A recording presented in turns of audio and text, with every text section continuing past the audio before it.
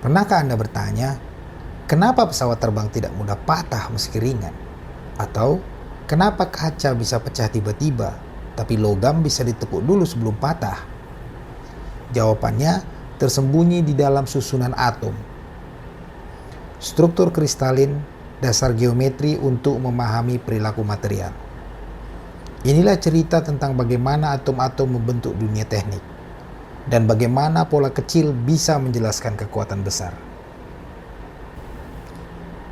Kalau kita ingin tahu kenapa logam bisa dibengkokkan, kenapa kaca bisa tiba-tiba pecah, atau kenapa baja bisa begitu kuat, kita harus mulai dari satu hal yang sangat kecil, yaitu susunan atom di dalamnya. Hampir semua logam dan keramik yang kita pakai sehari-hari ternyata tersusun dalam pola yang kristalin. Artinya, atom-atomnya tersusun rapi dan berulang. Dan susunan inilah yang menjadi kunci untuk memahami sifat-sifat mekanik suatu bahan. Apakah dia lentur, kuat, atau justru mudah retak? Itu semua tergantung dari bagaimana teraturnya susunan atom-atom tersebut.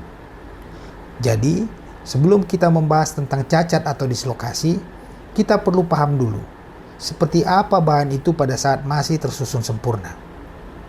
Nah, dari sini kita masuk ke dasar-dasar geometri kristal yang akan jadi fondasi untuk semua konsep selanjutnya. Nah, kalau kita sudah tahu bahwa susunan atom-atom itu penting, pertanyaannya sekarang, apa yang sebenarnya kita perlu tahu dari struktur kristal ini? Jawabannya cukup mendasar.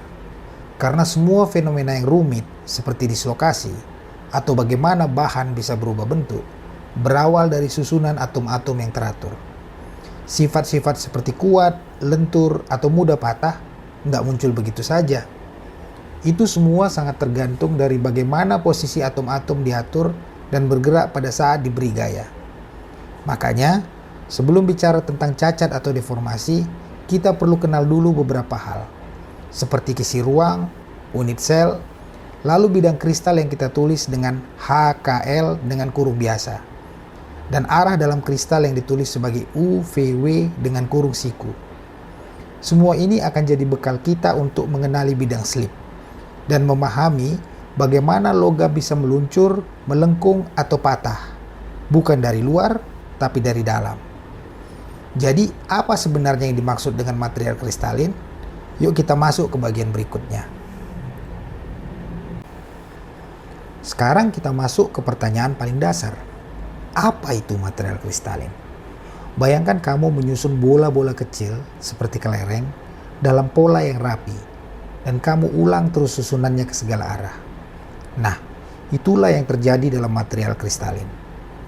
Di dalam bahan seperti logam atau keramik, atom-atom tersusun berulang dengan pola tertentu. Pola ini mengisi seluruh ruang secara teratur, bukan acak.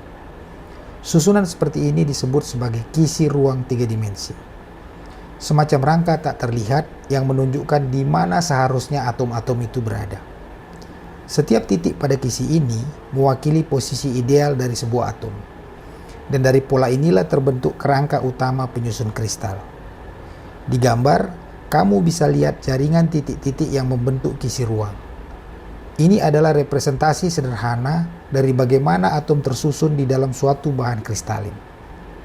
Tapi, struktur kristalin bukan cuma soal susunan. Ada beberapa ciri penting yang membedakannya dari material lain. Kita akan lihat di slide berikutnya. Kalau kita perhatikan lebih dekat, material kristalin punya ciri-ciri khas yang membuatnya unik. Pertama, struktur kristal dibentuk dari unit-unit sel, yaitu blok-blok kecil yang isinya atom-atom, yang diulang terus-menerus ke segala arah. Bisa dibayangkan seperti satu ubin yang disalin ke seluruh lantai. Kedua, karena pengulangannya teratur, setiap titik kisi punya lingkungan atom yang sama. Artinya, kalau kita berdiri di salah satu titik dan pindah ke titik lain, situasi atom di sekitarnya akan terasa identik. Nah, hal inilah yang membuat struktur kristalin sangat penting. Karena ketika ada sesuatu yang mengganggu keteraturan itu, seperti dislokasi, gangguan kecil ini bisa mengubah sifat-sifat mekanik bahan secara signifikan. Jadi, memahami bagaimana keteraturan itu bekerja Dan apa yang terjadi kalau keteraturannya terganggu adalah langkah pertama untuk memahami kenapa bahan bisa kuat, lemah, atau berubah bentuk. Sekarang mari kita kenali lebih dalam seperti apa sebenarnya bentuk dari kisi ruang yang membentuk struktur kristal. Kalau kita ingin menggambarkan susunan atom-atom dalam kristal secara geometris, kita bisa mulai dari apa yang disebut sebagai kisi ruang. Bisa dibayangkan seperti sebuah rangka 3 dimensi yang terbuat dari titik-titik. Setiap titik di kisi ini mewakili posisi ideal dari sebuah atom. Dan yang menarik, semua titik itu punya lingkungan atom yang sama persis. Kisi ini dibentuk dari 3 set garis lurus yang saling sejajar. Satu arah untuk sumbu X, satu untuk Y, dan satu lagi untuk Z. Semuanya akan menyusun ruang 3 dimensi. Pola titik-titik ini disebut sebagai kisi ruang, atau dalam istilah Inggris, space lattice. Dan inilah yang jadi kerangka dasar dari struktur kristal. Karena pola ini bisa diulang ke segala arah, maka kita bisa membangun kristal utuh hanya dari satu bagian kecil yang diulang, yang nanti kita kenal sebagai unit sel. Nah, bagian terkecil yang bisa diulang-ulang tadi kita sebut sebagai unit sel. Seperti apa bentuknya? Kita akan lihat di slide berikutnya. Kalau kisi ruang adalah kerangka dari kristal, maka unit sel bisa kita anggap sebagai bangunan terkecil yang mengisi kerangka itu. Bayangkan sebuah balok 3 dimensi kecil yang bentuknya bisa diulang-ulang ke segala arah, dan hasilnya bisa mengisi seluruh kisi tanpa ada celah. Itulah yang kita sebut sebagai unit sel. Bentuk umum dari unit sel ini adalah parallelepiped, semacam balok miring dengan panjang sisi A, B, dan C. Selain panjang sisi, sudut-sudut antara sisinya juga penting dan kita sebut sebagai alfa, beta, dan gamma. Di dalam unit sel ini ada yang disebut sebagai motif atom, yaitu susunan atom yang menempel pada titik-titik kisi. Dan motif ini akan diulang persis sama di setiap titik untuk membentuk seluruh struktur kristal. Nah, dengan hanya satu unit sel, kita sudah bisa membangun ulang seluruh kristal secara lengkap. Karena pola ini terus berulang di seluruh ruang. Lalu, bagaimana kita menggambarkan ukuran dan bentuk dari sebuah unit sel secara lebih presisi? Disinilah kita masuk ke konsep parameter kisi. Kalau unit sel adalah bangunan terkecil dari kristal, maka parameter kisi adalah cara kita mengukur dan menggambarkan bentuk bangunan itu secara tepat. Ada 2 jenis parameter yang kita perhatikan. Pertama, panjang sisi-sisinya, yang kita beri nama A, B, dan C. Kedua, sudut antara sisi-sisinya, yaitu alfa, beta, dan gamma. Kombinasi panjang dan sudut inilah yang menentukan bentuk geometris dari unit sel. Apakah dia kubus sempurna, balok, atau bentuk lainnya? Parameter ini juga digunakan untuk mengelompokkan berbagai jenis kristal dan sangat penting untuk menentukan arah dan bidang kristalografi. Karena semua orientasi di dalam kristal diukur berdasarkan ukuran dan arah dari sisi-sisi ini. Di gambar, kamu bisa lihat bagaimana sumbu X, Y, dan Z membentuk 3 arah utama, lengkap dengan panjang A, B, C, dan sudut-sudut alfa, beta, dan gamma di antaranya. Nah, berdasarkan parameter kisi tadi, kristal bisa diklasifikasikan ke dalam beberapa sistem. Mari kita lihat contohnya. Berdasarkan parameter-parameter kisi tadi, yaitu panjang sisi dan besar sudut, struktur kristal bisa diklasifikasikan ke dalam beberapa jenis sistem kristal. Yang pertama dan paling mudah dikenali adalah sistem kubik. Di sini semua panjang sisi sama, A sama dengan B sama dengan C, dan semua sudutnya 90 derajat. Bentuknya seperti kubus sempurna. Contoh bahan dengan struktur ini adalah aluminium, tembaga, dan besi, yang sering dipakai dalam industri logam. Yang kedua adalah sistem heksagonal. Di sini 2 sisi sama panjang, yaitu A sama dengan B. Tapi sisi ketiganya berbeda, yaitu C. Sudut antara sisi juga berbeda. Alfa dan beta adalah 90 derajat, tapi gamma adalah 120 derajat. Jadi bentuknya seperti tabung segi 6. Bahan-bahan seperti magnesium, titanium, dan seng memiliki struktur kristal heksagonal. Setiap sistem kristal punya karakteristik unik yang akan mempengaruhi cara atom-atom bergerak, bidang slip yang aktif, dan sifat-sifat mekaniknya. Selanjutnya, kita akan membahas cara menamai bidang dalam kristal menggunakan yang disebut sebagai indeks Miller. Sekarang kita masuk ke salah satu cara penting untuk menamai bidang dalam kristal, yaitu menggunakan indeks Miller.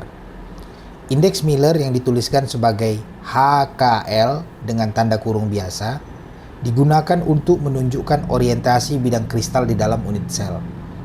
Jadi semacam alamat atau nama untuk bidang tertentu dalam kisi kristal. Cara menentukan HKL dengan kurung biasa adalah cukup sistematis. Kita lihat di mana bidang itu memotong sumbu X, Y, dan Z, lalu kita ambil kebalikannya dan ubah ke bilangan bulat terkecil. Misalnya kalau bidang memotong sumbu X di 1A, Y di 2A, dan Z di 3A, maka kita ambil kebalikannya menjadi 1, setengah, dan sepertiga. Lalu ubah ke bilangan bulat terkecil dengan cara mengkalikannya dengan angka 6, sehingga didapatkan indeks 632 dengan kurung biasa. Nanti contohnya akan kita bahas lebih detail. Penting juga diketahui, HKL dengan tanda kurung biasa dipakai untuk satu bidang spesifik. Sedangkan HKL dengan tanda kurung kurawal digunakan untuk kelompok bidang-bidang yang sejajar atau simetris, yang biasanya dalam kristal kubik. Dan kalau ada angka minus, kita tulis dengan garis di atas angka seperti 1 bar. Jadi indeks Miller bukan hanya sekedar angka, tapi cara untuk mewakili orientasi bidang secara matematis dalam dunia kristalografi. Nah, sekarang kita lihat langkah-langkah lengkap untuk menentukan indeks Miller dari suatu bidang. Sekarang kita pelajari bagaimana cara menentukan indeks Miller atau menamai bidang kristal secara sistematis. Langkah pertama, kita cari tahu di mana bidang tersebut memotong sumbu X, Y, dan Z dari unit sel. Titik-titik potong ini disebut sebagai intercept. Setelah itu, kita hitung kebalikannya terhadap panjang kisi A, B, dan C. Misalnya, kalau bidang memotong sumbu X di 2A, maka nilai H adalah A dibagi 2A, yaitu setengah. Rumusnya bisa ditulis seperti ini. H sama dengan A dibagi X intercept. K sama dengan B dibagi Y intercept. L sama dengan C dibagi Z intercept. Langkah ketiga, kita ubah hasilnya menjadi bilangan bulat terkecil dengan mengalihkan sebuah angka jika diperlukan. Terakhir, kita tulis hasilnya sebagai HKL dengan kurung biasa. Jangan khawatir kalau ini terasa abstrak, karena di slide berikutnya kita akan lihat contoh lengkap dengan gambar yang bisa membantu kamu membayangkan prosesnya. Oke, mari kita lihat satu contoh bidang dan kita hitung langsung indeks Miller-nya. Kita sekarang akan lihat satu contoh lengkap. Bagaimana cara menentukan indeks Miller dari sebuah bidang kristal. Di sini, kita pergunakan bidang yang melalui 3 titik A aksen, B aksen, dan C aksen. Pertama-tama, kita cari tahu di mana bidang ini akan memotong sumbu kristal, di mana titik-titik potong tersebut dikenal sebagai intercept. Titik A aksen memotong sumbu X di 2A, B aksen memotong sumbu Y di 3A, dan C aksen memotong sumbu Z di 3A juga. Setelah itu, kita hitung kebalikan dari masing-masing intercept. Untuk sumbu X, A dibagi 2A sama dengan setengah. Untuk sumbu Y, A dibagi 3A sama dengan sepertiga. Dan untuk sumbu Z juga sepertiga. Nah, karena kita ingin hasilnya dalam bilangan bulat, kita samakan penyebut ketiga pecahan ini dan kalikan semuanya dengan 6. Hasilnya, setengah dikali 6 jadi 3. Sepertiga dikali 6 jadi 2. Dan sepertiga dikali 6 lagi juga jadi 2. Maka kita dapatkan indeks Miller untuk bidang ini adalah 322 dengan kurung biasa. Di gambar, bidang A aksen, B aksen, C aksen ditunjukkan secara visual. lengkap dengan arah intercept terhadap sumbu X, Y, dan Z. Jadi kamu bisa lihat langsung bagaimana logikanya bekerja di ruang 3 dimensi. Kita akan lanjutkan dengan 2 contoh lain, termasuk satu bidang yang tidak memotong sumbu Z sama sekali. Berikutnya, kita lihat 2 contoh lain yang lebih sederhana, dan keduanya sangat umum muncul di kristal-kristal logam. Contoh kedua adalah bidang yang melalui titik-titik O, A, B, dan C. Di sini bidang memotong semua sumbu pada posisi yang sama, yaitu 1A, baik di sumbu X, Y, maupun Z. Karena semua interceptnya adalah 1, maka kebalikannya juga 1, dan tidak perlu disederhanakan lagi karena sudah bilangan bulat. Jadi kita langsung dapatkan indeks 111 dengan kurung biasa. Sekarang kita lihat contoh ketiga, yaitu bidang DFBA. Bedanya, bidang ini tidak memotong sumbu Z sama sekali. Atau dengan kata lain, bidang ini sejajar dengan arah Z. Dalam perhitungan, ini berarti intercept terhadap sumbu Z adalah tak hingga. Maka interceptnya adalah X sama dengan A, Y sama dengan A, dan Z sama dengan tak hingga. Kita ambil kembalikannya. 1, 1, dan 0 untuk sumbu Z. Karena 1 per tak hingga sama dengan 0. Hasil akhirnya adalah indeks 110 dengan kurung biasa. Di gambar, kita bisa lihat 2 bidang ini divisualisasikan. Bidang OA, OB, OC yang simetris ke semua arah, dan bidang DFBA yang datar dan sejajar sumbu Z. Kita akan tambahkan 2 contoh lagi. Salah satunya adalah bidang yang hanya sejajar sumbu X. Sekarang kita lihat 2 contoh terakhir yang melengkapi pemahaman kita mengenai indeks Miller. Yang pertama adalah bidang DEGA. Di sini, bidang hanya memotong sumbu X di A. Sedangkan di sumbu Y dan Z, bidang ini tidak memotong sama sekali. Artinya interceptnya tak hingga. Maka interceptnya adalah A, tak hingga, dan tak hingga. Kebalikannya adalah 1, 0, dan 0. Jadi kita tulis indeks Millernya sebagai 100 dengan kurung biasa. Ini artinya bidang tersebut tegak lurus sumbu X dan sejajar dengan bidang YZ. Sekarang contoh berikutnya, bidang A, B aksen, C aksen. Bidang ini memotong sumbu X di A, lalu Y dan Z di 3A. Kebalikannya adalah 1, 1 per 3, dan 1 per 3. Supaya jadi bilangan bulat, kita kalikan semuanya dengan 3. Dan kita dapatkan indeks 311 dengan kurung biasa. Kedua gambar di bawah memperlihatkan 2 bidang ini secara visual. Lengkap dengan arah panah yang menunjukkan di mana bidang memotong sumbu X, Y, dan Z. Setelah mengenal bidang kristal, sekarang saatnya kita bahas orientasi arah dalam kristal. Caranya mirip, tapi kali ini kita pakai indeks arah UVW dengan kurung siku.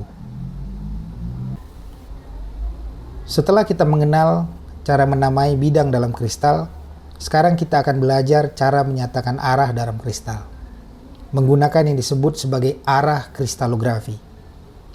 Arah kristal adalah semacam vektor yang menunjukkan orientasi garis dalam kisi kristal. Arah ini ditulis dalam bentuk UVW dengan kurung siku, yaitu 3 angka bulat terkecil. Notasi ini sangat penting, karena arah kristal seringkali menunjukkan kemana arah slip, yaitu lintasan di mana dislokasi akan bergerak. Dan juga arah difraksi dalam kristal atau arah pergerakan atom-atom saat bahan dipanaskan atau dibebani. Secara umum, arah dihitung sebagai selisih posisi akhir dan awal pada koordinat kisi. Rumusnya adalah U sama dengan delta X dibagi A, V sama dengan delta Y dibagi B, dan W sama dengan delta Z dibagi C. Dalam sistem kubik, yaitu sistem yang paling sering kita gunakan, karena A, B, dan C biasanya sama, kita cukup lihat perbandingan selisih koordinatnya saja, atau delta X banding delta Y banding delta Z. Sama seperti indeks Miller, kalau ada angka negatif, kita tulis dengan garis di atasnya, yaitu kita sebut sebagai bar. Dan untuk arah-arah yang setara secara simetris, kita kelompokkan dengan tanda kurung lancip seperti U, V, W. Untuk lebih jelas, mari kita lihat satu contoh langkah demi langkah dari titik O ke titik E. Mari kita lihat satu contoh sederhana untuk menentukan arah kristal, yaitu dari titik O ke titik E. Titik O berada di asal, yaitu di koordinat 0, 0, 0. Sementara titik E ada di ujung diagonal kubus, yaitu di koordinat A, A, A. Maka perubahan posisi atau deltanya adalah delta X sama dengan A dikurang 0, kita dapatkan A. Delta Y sama dengan A kurang 0, yaitu sama dengan A. Dan delta Z sama dengan A kurang 0, sama dengan A. Kita pakai rumus dari slide sebelumnya, U sama dengan delta X dibagi A, sama dengan 1. V sama dengan delta Y dibagi A, sama dengan 1. W sama dengan delta Z dibagi A, sama dengan 1. Jadi arah dari O ke E dinyatakan sebagai indeks 111 dengan kurung siku. Di gambar kita bisa lihat panah dari titik O menuju E yang melintasi ketiga sumbu dengan panjang yang sama. Inilah arah diagonal utama dalam sistem kubik. Sekarang, mari kita lihat beberapa arah kristal lain yang juga sering muncul, dengan variasi arah dan panjang yang berbeda. Sekarang, mari kita lihat beberapa contoh arah kristalografi lainnya. Berdasarkan perubahan posisi dari satu titik ke titik lain dalam kisi, yang pertama adalah arah dari titik C ke E. Titik E berada satu langkah ke arah X dan satu langkah ke arah Y, tapi tidak bergerak di sumbu Z. Jadi delta X sama dengan A, delta Y sama dengan A, delta Z sama dengan 0. Maka arah kristalnya adalah 110 dengan kurung siku. Berikutnya arah dari A ke G. Di sini hanya ada perpindahan di sumbu Y sebesar A. Delta X sama dengan 0, delta Y sama dengan A, delta Z sama dengan 0. Artinya, arah ini ditulis sebagai 010 dengan kurung siku. Dan terakhir arah dari G ke H. Ini sedikit berbeda karena ada perpindahan negatif. Delta X sama dengan minus A per 2, delta Y sama dengan minus A per 2, dan delta Z sama dengan A. Setelah disederhanakan ke bilangan bulat terkecil, hasilnya adalah 1 bar 2 dengan kurung siku. Dengan angka 1 bar menunjukkan arah negatif pada sumbu X dan Y. Di gambar kamu bisa lihat panah-panah dari C ke E, A ke G, dan G ke H. Nah, setelah kita paham arah dan bidang kristal, sekarang kita bahas bagaimana arah dan bidang itu saling berhubungan, terutama dalam sistem kubik. Sekarang kita bahas hubungan antara bidang kristal dan arah kristalografi, khususnya dalam sistem kristal kubik.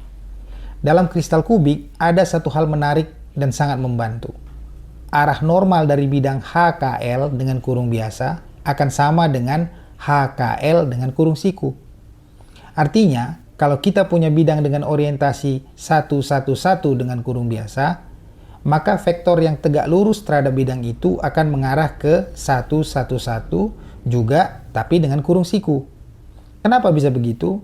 Karena sistem kubik punya simetri ortogonal, yaitu ketiga sumbu saling tegak lurus dan panjang sisinya sama. Jadi, perhitungan vektor dan bidang di sistem ini menjadi sangat simetris. Hubungan ini sangat bermanfaat dalam analisis bidang slip dan deformasi plastis, karena arah gerak dislokasi seringkali sejajar atau tegak lurus dengan bidang kristal tertentu. Jadi kalau kamu tahu bidang HKL dengan kurung biasa, maka kamu juga akan tahu arah normalnya, yaitu HKL dengan kurung siku. Mari kita lihat satu contoh konkret untuk memahami hubungan ini dengan jelas. Mari kita lihat satu contoh lengkap untuk memahami hubungan antara bidang dan arah dalam sistem kubik. Kita ambil bidang yang melewati 3 titik C, B, dan A. Bidang ini memotong sumbu X, Y, dan Z masing-masing pada jarak 1 kali panjang sisi, yaitu di 1A. Jadi bidang ini dinamakan 111 dengan kurung biasa. Lalu kita lihat arah dari titik O ke E. Titik O ada di koordinat 000, sedangkan titik E ada di koordinat AAA. Maka perubahan posisi atau deltanya adalah delta X sama dengan A dikurang 0, yaitu A. Delta Y juga sama dengan A, dan delta Z adalah juga A. Kalau kita hitung, arah kristalnya adalah 111 dengan kurung siku. Nah, inilah yang dimaksud sebelumnya, yaitu arah OE tegak lurus terhadap bidang CBA.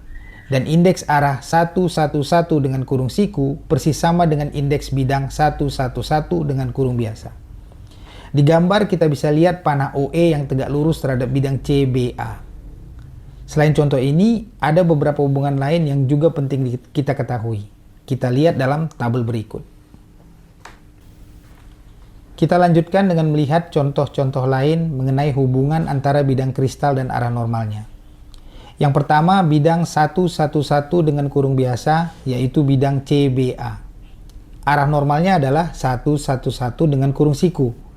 Dan ini diwakili oleh arah OE yang tegak lurus terhadap bidang tersebut. Yang kedua, bidang 010 dengan kurung biasa, yaitu bidang EFBG. Arah normal dari bidang ini adalah 010 dengan kurung siku, yang diwakili oleh arah AG. Dan yang ketiga, bidang 100 dengan kurung biasa, yaitu bidang DEGA. Arah normalnya adalah 100 dengan kurung siku, yaitu arah OA yang tegak lurus ke bidang itu. Di gambar bagian bawah, ketiga bidang ini ditunjukkan bersama arah normalnya, sehingga kita bisa melihat bagaimana bidang dan arah saling berhubungan secara geometris dalam kristal kubik. Tapi perlu diingat, hubungan sederhana ini hanya berlaku khusus untuk kristal kubik. Kita bahas lebih lanjut di slide berikutnya. Nah, ada satu catatan penting yang harus kita ingat baik-baik. Hubungan antara bidang HKL dengan kurung biasa dan arah normal HKL dengan kurung siku hanya berlaku dalam sistem kristal kubik. Kalau kita pindah ke sistem lain seperti heksagonal atau ortorombik, hubungan ini tidak selalu berlaku. Karena di sistem lain, panjang sisi bisa berbeda-beda dan sudut-sudut antar sumbu juga tidak selalu 90 derajat. Tapi di dalam kristal kubik, hubungan ini sangat membantu karena memudahkan kita untuk menentukan arah slip, yaitu jalur pergeseran atom pada saat deformasi, dan menganalisis tegangan normal dan tegangan geser pada bidang kristal. Jadi memahami hubungan ini adalah langkah penting untuk menguasai konsep slip system dalam material. Selanjutnya kita akan mengenal cara menulis posisi titik di dalam kristal menggunakan koordinat relatif terhadap unit sel. Sekarang kita masuk ke pembahasan tentang koordinat titik dalam kristal. Pada dasarnya kita ingin tahu di mana posisi atom di dalam unit sel. Untuk itu kita menggunakan sistem koordinat relatif, yaitu menunjukkan posisi atom sebagai fraksi dari panjang sisi unit sel. Format penulisannya adalah X per A, Y per B, dan Z per C, atau singkatnya dalam bentuk XYZ. Terutama untuk kristal kubik di mana semua sisi sama panjang. Misalnya, titik koordinat 000 berarti atom itu berada di asal unit sel. Titik koordinat 111 berarti atom berada di sudut berlawanan di ujung diagonal unit sel. Menentukan posisi atom dengan koordinat seperti ini penting sekali, terutama saat kita menganalisis cacat titik seperti vacancy, di mana atom hilang dari posisinya, atau interstitial, di mana atom nyasar ke tempat yang bukan seharusnya. Dengan sistem ini, kita bisa memetakan posisi setiap atom secara akurat dalam kristal. Untuk lebih jelas, mari kita lihat satu contoh menentukan koordinat sebuah titik di dalam unit sel. Mari kita lihat contoh nyata untuk menentukan koordinat sebuah titik di dalam unit sel. Kita ambil titik H yang ada di tengah sisi atas kubus. Pertama kita lihat posisinya terhadap asal, yaitu titik O di koordinat 000. Titik H berada setengah jarak ke arah X, setengah jarak ke arah Y, dan penuh di arah Z. Kalau kita tuliskan, jaraknya dari O adalah setengah A untuk X, setengah A untuk Y, dan 1A untuk Z. Jadi koordinat titik H adalah setengah-setengah 1. Di gambar kita bisa lihat bagaimana titik H terletak di tengah sisi atas kubus dengan panah yang menunjukkan arah X, Y, Z dari titik asal. Sekarang mari kita lihat beberapa titik lain dalam unit sel dan koordinatnya dalam bentuk ringkasan tabel. Sekarang, mari kita lihat beberapa contoh titik lain di dalam unit sel, lengkap dengan koordinatnya. Titik O berada di koordinat 000, ini adalah titik asal unit sel, tempat kita mulai semua pengukuran. Titik E berada di koordinat 111, yaitu sudut kubus yang berlawanan dari titik asal, yaitu di ujung diagonal. Titik F berada di koordinat 011, berada di sisi belakang bawah dari kubus. Titik I berada di koordinat 1,5, berarti dia ada di tengah sisi kanan atas kubus. Dan yang penting, pusat sel berada di koordinat setengah. Ini adalah titik tengah volume unit sel yang tepat di tengah-tengah antara semua sudut kubus. Di gambar kita bisa lihat posisi semua titik-titik ini yang ditandai dengan warna atau simbol berbeda untuk memudahkan visualisasi. Dengan memahami posisi atom di dalam unit sel, kita siap merangkum semua konsep yang sudah kita pelajari tentang struktur kristal. Mari kita rangkum semua yang sudah kita bahas tentang struktur kristal. Pertama, kita tahu bahwa atom dalam material kristalin tersusun berulang secara periodik, membentuk pola yang teratur di seluruh ruang. Struktur kristal ini dibangun dari kisi ruang dan unit sel, di mana unit sel adalah blok terkecil yang diulang-ulang untuk membentuk seluruh kristal. Parameter kisi, yaitu panjang sisi dan sudut antar sisi, menentukan bentuk dan ukuran unit sel, dan akhirnya menentukan juga bentuk seluruh kristal. Untuk menamai bidang di dalam kristal, kita menggunakan indeks Miller, ditulis sebagai HKL dengan kurung biasa. Sedangkan arah kristalografi ditulis sebagai UVW dengan kurung siku untuk menunjukkan orientasi garis di dalam kisi. Dalam sistem kubik, ada hubungan istimewa bidang HKL dengan kurung biasa akan memiliki arah normal yang sama dengan HKL dengan kurung siku. Ini membuat analisis bidang dan arah dalam kubik jauh lebih sederhana.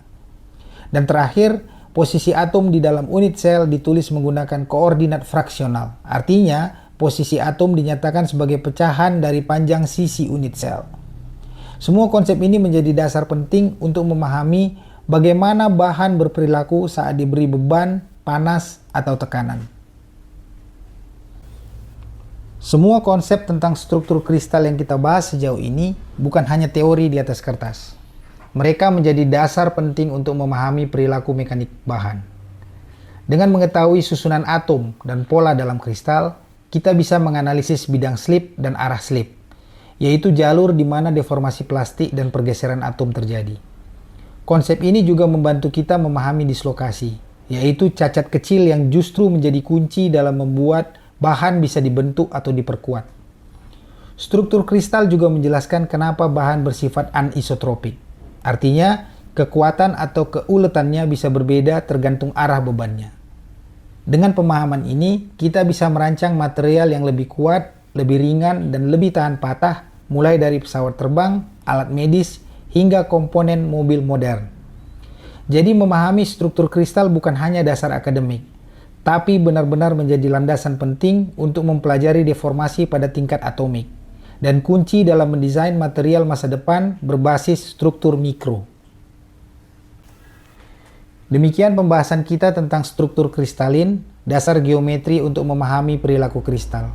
Kita telah meninjau konsep-konsep fundamental mulai dari kisi ruang dan unit sel, parameter kisi, hingga bidang dan arah kristalografi yang membentuk kerangka ilmiah untuk memahami sifat mekanik material. Pemahaman struktur kristal menjadi pondasi yang esensial dalam studi dislokasi, mekanisme deformasi, serta dalam pengembangan material dengan sifat unggul. Semoga penjelasan ini dapat memperkuat dasar akademik Anda dan menjadi bekal untuk studi lanjutan di bidang ilmu material dan rekayasa mekanik. Terima kasih atas perhatiannya. Sampai jumpa pada materi berikutnya.